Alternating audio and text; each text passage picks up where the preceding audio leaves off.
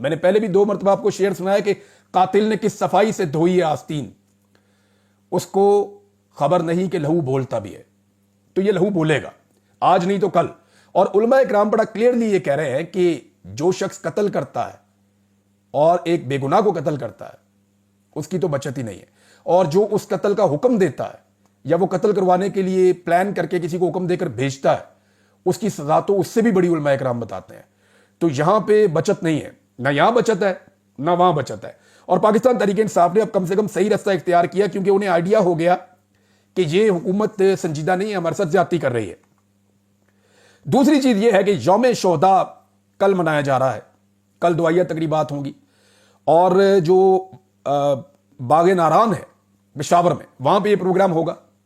وہاں سے آج کچھ مناظر میرے پاس آئے، وہاں شہداء کی تصویریں لگائی گئی ہیں، جو 12 شہداء ہیں. ہو سکتا ہے کل کچھ زخمی بھی وہاں پہ لائے جائیں اور وہ بھی بات چیت کریں جن کی حالت بہتر ہے، اور جن لوگوں کے گھر والے لاپتہ ہیں وہ بھی وہاں پہ آئیں گے. اور پاکستان تحریک انصاف وہاں پہ ایک بڑا پروگرام کرنے جا رہی ہے. اس کے لیے تقریباً ساری پاکستان تحریک انصاف کے جو اہم لوگ ہیں انہوں نے پیغامات پاکستان کے اندر سے اور پاکستان کے باہر سے جاری کر دیے ہیں. یہ پروگرام صرف پشاور میں نہیں ہونے جا رہا، یہ پورے پاکستان میں ہوگا، پاکستان کے مختلف شہروں میں ہوگا، دنیا کے مختلف شہروں میں ہوگا، اور ہر جگہ پہ آواز اٹھائی جائے گی کہ گولی کیوں چلائی. یہ سوال حکومت کے لیے اور اسٹیبلشمنٹ کے لیے اس وقت درد سر بنا ہوا ہے کہ گولی کیوں چلائی. اب جو گراؤنڈ سے رپورٹس آ رہی ہیں وہ بڑی پریشان کن ہے حکومت کے لیے اور اداروں کے لیے. یعنی ایسا لگتا تھا انہیں کہ گولی چلانے کے بعد پاکستان تحریک انصاف کے جو کارکن ہیں وہ مایوس ہو جائیں گے اور عمران خان صاحب کا ساتھ چھوڑ دیں گے، یا لوگ ڈر جائیں گے، خوفزدہ ہو جائیں گے، اور مایوسی کی وجہ سے پھر پی ٹی آئی کے ساتھ کھڑے نہیں ہوں گے. تو اب تک جو رپورٹیں پہنچائی گئی ہیں حکام بالا کو، جو بڑے لوگ ہیں ان کو جو رپورٹیں اب تک پہنچائی گئی ہیں وہ بڑی حیران کن ہے. رپورٹ یہ ہے کہ ایک بار پھر جو گراؤنڈ سے رپورٹ آئی ہے اس کے مطابق لوگ بہت بڑی تعداد میں نکلنے کی تیاری کر رہے ہیں، اور بہت ممکن ہے کہ پہلے سے زیادہ لوگ عمران خان صاحب کے کاز کے ساتھ جڑ جائیں. اور جہاں پہ پاکستان تحریک انصاف یہ پروگرام کر رہی ہے اس پورے ایریا کے بھرنے کا اور پورے ملک کے اندر اس معاملے میں لوگوں کے نکلنے کے امکانات ہیں. یہ رپورٹ جناب جمع کروائی گئی ہے، اور اس رپورٹ میں یہ بتایا گیا ہے کہ گزشتہ ایونٹ کی ناکامی کا، کیونکہ وہ تو اس کو ناکامی کہتے ہیں نا، تو اس میں ایک جملہ یہ ہے کہ گزشتہ ایونٹ کی پاکستان تحریک انصاف کا جو ایونٹ تھا اس کی ناکامی کا پاکستان تحریک انصاف کی لوگوں کے اندر جو مقبولیت ہے یا لوگوں کے اندر جو ان کا نیریٹو ہے اس کو کچھ خاص ڈیمیج نہیں ہوا، بلکہ بعض جگہوں پہ اسپیشلی اوورسیز میں اور خیبر پختونخوا میں لوگوں کے غصے میں اضافہ ہوا ہے. یہ جناب رپورٹ ہے، یہ میں نے آپ کے سامنے رکھ دی. اب دیکھتے ہیں کہ گراؤنڈ پہ کل ہوتا کیا ہے اور یہ رپورٹ کتنی درست ثابت ہوتی ہے. پاکستان تحریک انصاف کا دعویٰ ہے کہ بہت بڑی تعداد میں لوگ اس تقریب میں آئیں گے اور زوردار طریقے سے اپنے شہداء کے ساتھ کھڑے ہوں گے. لیکن پاکستان کی اسٹیبلشمنٹ کے لیے بہت سارے مسائل پیدا ہو چکے ہیں. سب سے بڑا مسئلہ تو یہ حکومت ہے جو بنائی ہے، یہ حکومت ڈلیور کر ہی نہیں پا رہی. نہ یہ کسی سے مذاکرات کر سکتے ہیں، نہ یہ دہشت گردی کے معاملے کے اوپر کوئی بات کر سکتے ہیں، نہ یہ کسی چیز کے اوپر کوئی پالیسی دے سکتے ہیں، نہ ان کی اتنی کریڈیبلٹی ہے کہ یہ دنیا سے پاکستان میں انویسٹمنٹ لے کر آئیں، نہ یہ معیشت ٹھیک کر پا رہے ہیں، نہ یہ پاکستان کے اندر اعتماد لا پا رہے ہیں کہ لوگ ٹیکسز دیں اور پاکستان کے اندر پیسہ جمع ہو جائے. تو کوئی چیز بھی یہ لوگ لا اینڈ آرڈر سے لے کر معیشت تک ہر چیز انہوں نے تباہ کی ہے. تو پہلا بڑا مسئلہ تو اسٹیبلشمنٹ کے یہ ہے کہ جن کو لایا گیا انہوں نے اپنا ٹوٹل فیلئر ثابت کر دیا. اب دوسرا جو سب سے بڑا مسئلہ ہے اس وقت اسٹیبلشمنٹ کے لیے وہ یہ ہے کہ پاکستان کے بیشتر علاقوں میں جتنی آوازیں ہوا کرتی تھیں اینٹی اسٹیبلشمنٹ یا جتنی آوازیں ہوا کرتی تھی جن کو ریاست سے شکایتیں تھیں، وہ آوازیں گزشتہ چند سالوں میں بہت زیادہ طاقتور ہوتی چلی جا رہی ہیں. مثال کے طور پہ قبائلی علاقوں میں یا پشتون بیلٹ جتنی بھی ہے پاکستان میں، وہاں پہ پشتون تحفظ موومنٹ جو ہے پی ٹی ایم، اس کی مقبولیت میں بہت اضافہ ہوا ہے اور تیزی سے اس کی طاقت بڑھتی جا رہی ہے. اس کی وجہ یہ ہے کہ ان کے مطالبات وہ لوگوں کے جا کے دل کو لگتے ہیں، اور جو کچھ بھی پاکستان میں ہو رہا ہے، جو مناظر چل رہے ہیں سوشل میڈیا پہ اور جو سپورٹ اب مل رہی ہے، اس کی وجہ سے ان کا نیریٹو زیادہ تیزی سے عوام میں نہ صرف مقبول ہو رہا ہے بلکہ ان کی طاقت بڑھ رہی ہے.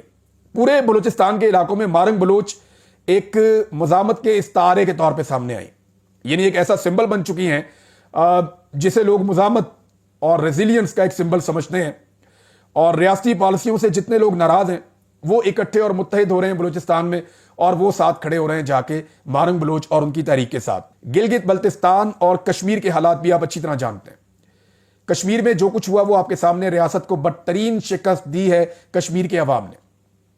ریاست کو بار بار کشمیریوں کے سامنے گھٹنے ٹیکنے پڑے. جو بھی قانون وہ لے کر آئے کشمیریوں نے ان کو رد کیا ہے, بلکہ اب کشمیری وارننگ دے رہے ہیں کہ فلاں چیز یہاں ہونی چاہیے اور فلاں چیز نہیں ہونی چاہیے, اور انہوں نے چیزیں اپنے کنٹرول میں لی ہیں اور ہر قسم کی غلامی سے انکار کر دیا ہے. تو کشمیر کے اندر تو کبھی کسی نے سوچا بھی نہیں تھا کہ ریاستی جبر کو اتنی بدترین شکست ہوگی, لیکن وہاں پہ ہوئی ہے. باقی پنجاب اور سندھ کے اندر پاکستان تحریک انصاف کی وجہ سے لوگ نظام سے سخت ناراض ہیں. یہاں پہ مڈل کلاس زیادہ تر ہوتی ہے اور مڈل کلاس اپنے آپ کو چیزوں سے ارریلیونٹ رکھتی تھی, لیکن عمران خان صاحب نے ان کو اپنی سیاست میں ریلیونٹ کر دیا. اب جب سے وہ ریلیونٹ ہوئے ہیں تو ان کے بھی شکوے اور شکایتیں ہیں, اور وہ کبھی بائیکاٹ کرتے ہیں, کبھی وہ اپنا ایک بیانیہ بناتے ہیں. اور یہ مڈل کلاس یہ جن کے لوگ اٹھائے جاتے ہیں, غائب کیے جاتے ہیں, ٹارچر کیے جاتے ہیں, ان پہ پرچے دیے جاتے ہیں, ان کی زندگیاں تباہ کی جا رہی ہیں.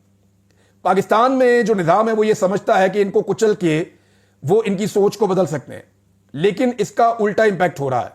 اگر آپ اپریل 2022 سے لے کر آج کا موازنہ کریں تو چیزیں بہت مختلف ہیں. اپریل 2022 میں لوگوں کو کچھ شکوک و شبہات تھے, بعد میں ان کے شکوے بڑھتے گئے, اور اب لوگوں میں بڑی کلیئرٹی ہے اور لوگ صاف بات کرتے ہیں کہ جو اسٹیبلشمنٹ کی جو پالیسیز ہیں ان کی وجہ سے پاکستان کو اور ہمیں نقصان پہنچ رہا ہے. تو لوگوں کی سوچ بہت تبدیل ہوئی ہے. اگر اسی پالیسی کے ساتھ چلیں گے اور اسی طرح ڈنڈا چلے گا پاکستان میں تو لوگوں کی سوچ میں مزید پختگی آتی چلی جائے گی, اور پھر کچھ عرصے کے بعد یا چند سال کے بعد ہمارے پاس واپسی کا رستہ بھی شاید نہیں رہے گا. ناظرین, ایک سٹیٹمنٹ جو ہے وہ ایم کیو ایم نے دیا, بڑا انٹرسٹنگ سٹیٹمنٹ ہے. میں وہ پورا بھی پڑھ کے سنا سکتا ہوں, لیکن اتنا خالد مقبول صدیقی صاحب کا سٹیٹمنٹ ہے بڑا مزیدار. میں آپ کو بتا دیتا ہوں ایکچولی انہوں نے کہا کیا. ایک جملہ ہی ان کا ساری بات بتا دیتا ہے. وہ یہ کہہ رہے ہیں, نہ جانے ہم کب ناراض ہو کر حکومت چھوڑ دیں. نہیں, آپ کی یہ اوقات نہیں ہے. آپ کو ایک باوردی آدمی کا فون آئے گا اور وہ آپ کو بتائے گا کہ اب حکومت چھوڑ دو, پھر آپ حکومت چھوڑ دیں گے. جنہوں نے آپ کو سیٹیں دلوائی ہیں, ایک باوردی آدمی کوئی بھی آپ کو فون کرے گا اور آپ اچھے بچوں کی طرح سیٹیں چھوڑ دیں گے, اور جب تک آپ کو فون نہیں آئے گا آپ سیٹوں کے ساتھ چمٹے رہیں گے. اور یہ صرف بیان بازی اور کچھ نہیں ہے. ایم کیو ایم کی اوقات اتنی سی رہ گئی ہے, اور پاکستان کا, کراچی کا, حیدرآباد کا ایک ایک بچہ یہ بات جانتا ہے کہ آج ایم کیو ایم کے پاس ایک بھی سیٹ جیتنے کی صلاحیت موجود نہیں ہے. اگر ہوتی تو آپ ایسے جوتے پالش نہ کر رہے ہوتے, یا اتنی ساری جماعتیں جو جوتے پالش کرنے والی ہیں ان کو اکٹھی کر کے آپ ایک جماعت نہ بنا رہے ہوتے.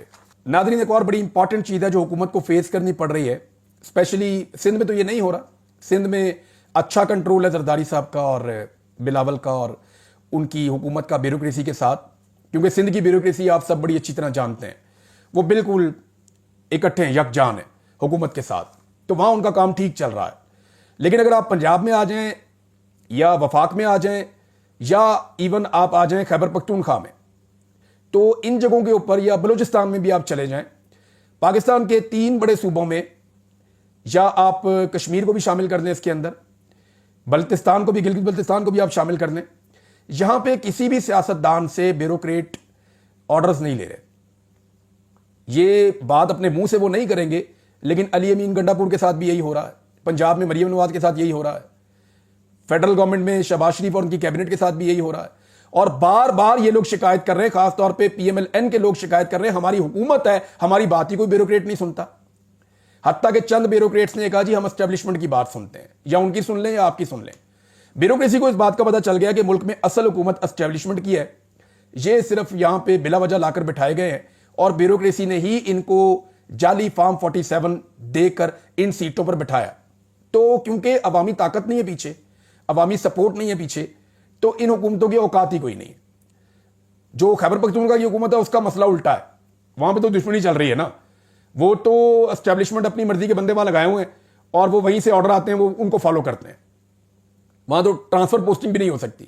دوسری طرف جو پی ایم ایل این ہے ان کی شکایتیں سامنے آ رہی ہیں, اور وہ سیریس شکایتیں, وہ کہہ رہی ہیں ہماری بات ہی کوئی نہیں سنتا. ہم بیوروکریٹس کو کہتے ہیں یہ کام ایسے کرنا ہے, یہ کام ایسے کرنا ہے, وہ ایک کان سے سنتے ہیں, دوسرے سے نکال دیتے ہیں. اور یہ ایشو اب رپورٹ ہونا شروع ہو گیا. تھوڑے دنوں میں آپ کو خود پی ایم ایل این کے لوگ یہ کہتے ہوئے, اور یہ آپ سنیں گے بار بار ہر جگہ پہ, کہ جناب ہماری تو بات ہی کوئی نہیں سن رہا. ایسی حکومت کو تو چھوڑ دینا چاہیے. ناظرین, ہمارے دوست جو ہیں ہرمیت سنگھ صاحب, ان کے اوپر مقدمہ کیا گیا تھا, ان کو ضمانت مل گئی ہے, اور ہرمیت سنگھ صاحب کے ساتھ بہت زیادتی ہوئی ہے. عالمی سطح پہ بھی یہ خبر رپورٹ ہوئی ہے. پاکستان کے اندر صحافیوں میں بہت غم و غصہ ہے کہ ہماری اقلیتوں کی ایک نمائندگی ہے ہمارے میڈیا کے اندر, اور ان کے ساتھ ایسی زیادتی کی گئی ہے صرف اس لیے کہ وہ سچ بول رہے ہیں یا اپنا پوائنٹ آف ویو وہ دے رہے ہیں جو انہوں نے اس رات کو وہاں پہ ہوتا ہوا دیکھا. یعنی سچ بولنے کی پاکستان میں اتنی کڑی سزا دی جا رہی ہے. باقی صحافیوں کے ساتھ ساتھ ہرمیت سنگھ کو بھی نشانہ بنایا گیا. تو ہرمیت سنگھ صاحب جو ہیں ان کو بیل مل گئی ہے, اور پورا پاکستان اور پاکستان میں سچ بولنے والے ان کے ساتھ کھڑے ہیں.